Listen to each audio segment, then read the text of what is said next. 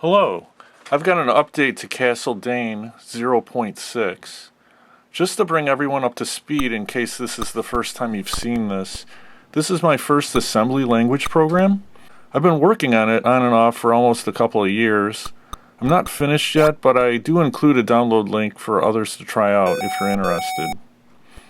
It is an RPG-like game, and I'm trying to keep it simple. You pick one of 4 characters and explore the castle. There are 5 levels in the castle, and there are 4 unique monsters on each level. Each level has a locked door, and you have to find a key to open it. The top floor has a final boss, but that is not finished yet. In this version, I've added keyboard controls. Originally, this game was joystick only, but there was some interest in adding a keyboard option, so I figured out how to do that. Now when you boot the program, you get this screen that asks you to press the joystick button for joystick or the letter K for keyboard. After pressing the letter K, you see that the keyboard controls are listed.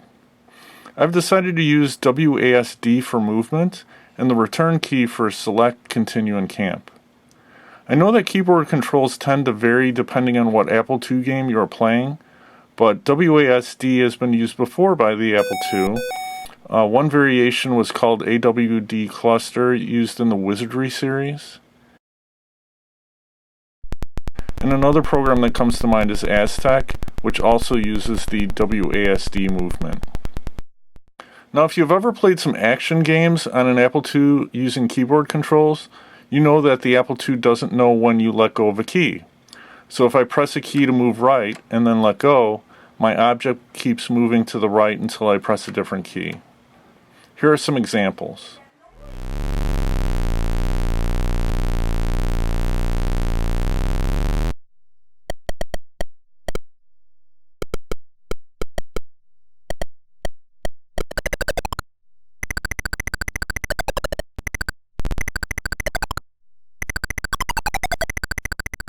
When I tried this method with my program, which is more of an adventure game than an action game, I didn't like it at all. I would seem to always overshoot to where I wanted to go and not stop in time, even struggling to enter a door sometimes.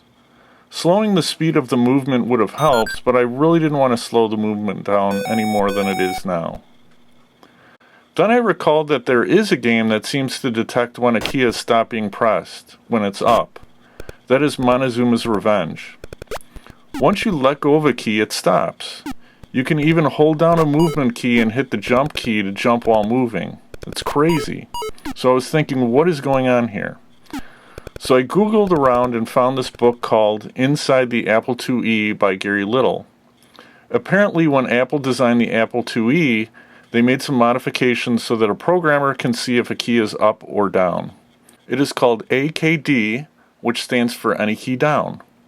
You access it by checking location C010, which we used before to clear the keyboard strobe. Here is a short program that I found online that demonstrates this. Okay, so I've typed in the program. I'm going to press return.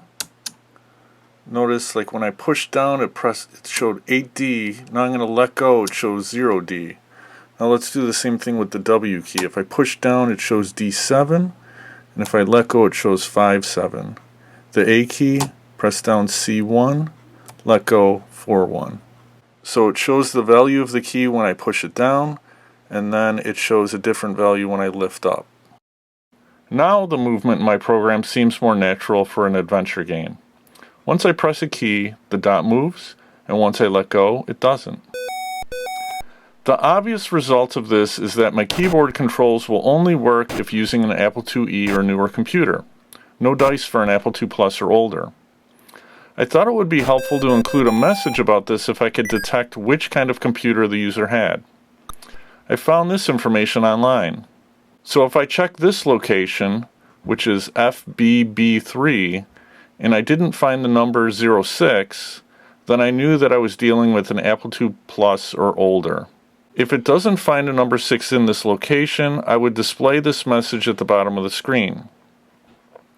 Then an Apple II Plus user would have to resort to just using a joystick to play the game. Not that that's a bad thing. I originally designed the game as joystick only because I wanted to keep it simple.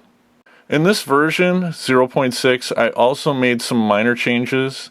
For example, making the signpost and the maze on level 3 easier to distinguish between each other.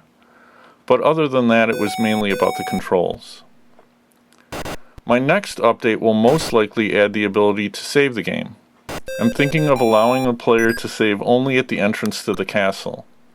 Right now when you try to leave, it says, "Thy quest is not yet complete." But I'm thinking I will change that to a save option and not include it in the camp menu. It seems more fair that way. We'll see how it goes. Well, thanks for watching. Like and subscribe for future updates. Remember, I've included a download link if you'd like to try it out. The best place to start is to find the room that's called the Art Gallery. Other than that, have fun.